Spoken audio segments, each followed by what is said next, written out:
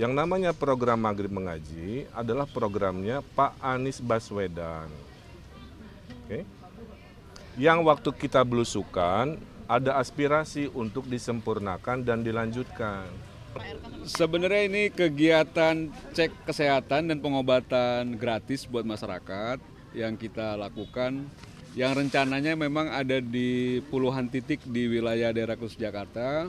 Nah, sekaligus juga meneguhkan dukungan kami ke Bang Ridwan Kamil dan Suswono, dan khususnya sekarang ini Bang Ridwan Kamil, Gubernur kita hadir langsung ke kantor atau markas Rampai Nusantara, yang insya Allah nanti ke depannya Rampai Nusantara akan terus memberikan layanan masyarakat terutama di kesehatan ya, tentang pengobatan gratis.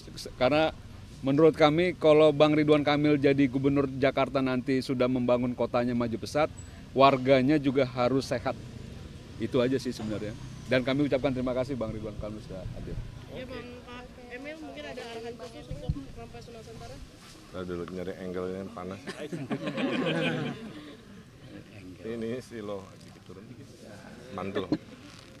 Ya rekan-rekan media, alhamdulillah setiap hari ada belusukan, ada kunjungan, ada temu warga, ada deklarasi. Ini satu dari sekian jenis ekspresi betapa yang mendukung pasangan Ridho ini kan banyak sekali ya.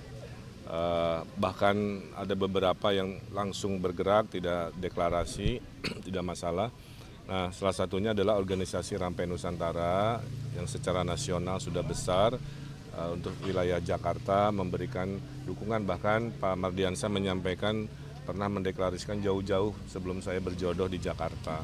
Saya haturkan terima kasih, salah satu program sosialisasinya sambil menolong masyarakat ya dalam bentuk yang namanya pengobatan gratis.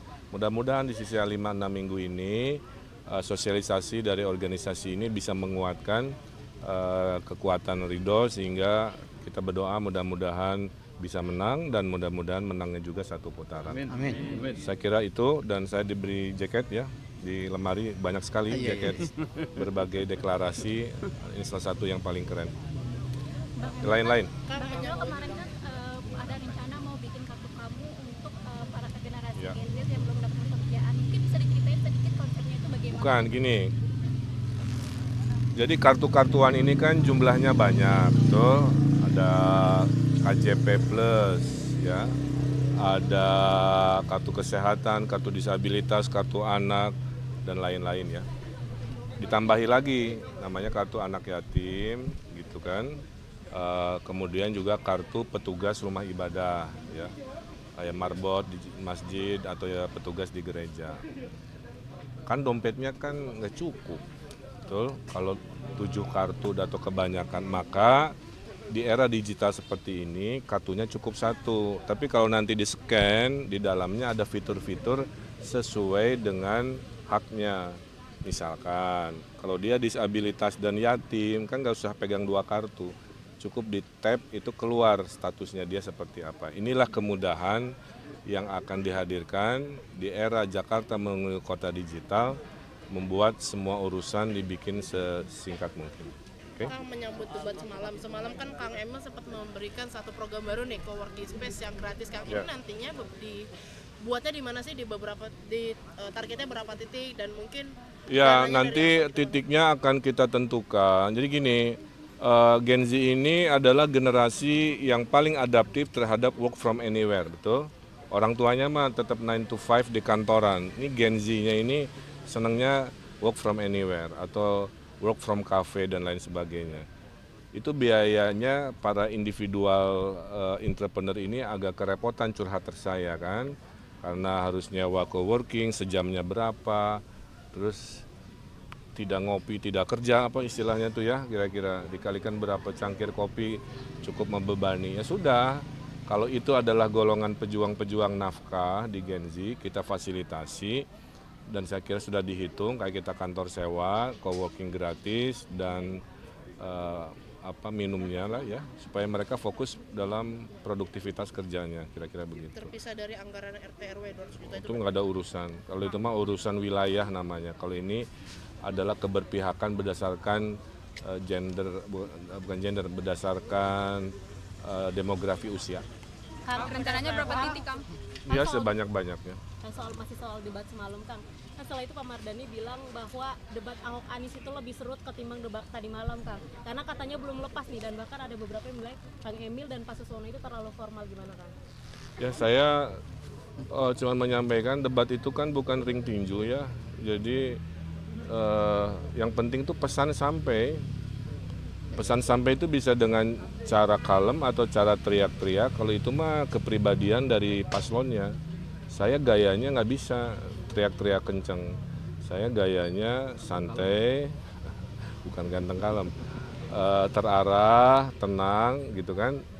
Tiba-tiba Ridwan Kamil berubah, polanya kan jadi aneh, kelihatan maksain kan. Jadi mohon maaf kalau dirasa ekspektasi bahwa debat itu harus penuh dengan drama-drama, ya mungkin bukan saatnya. Nah, saya kira udah terakhir ya.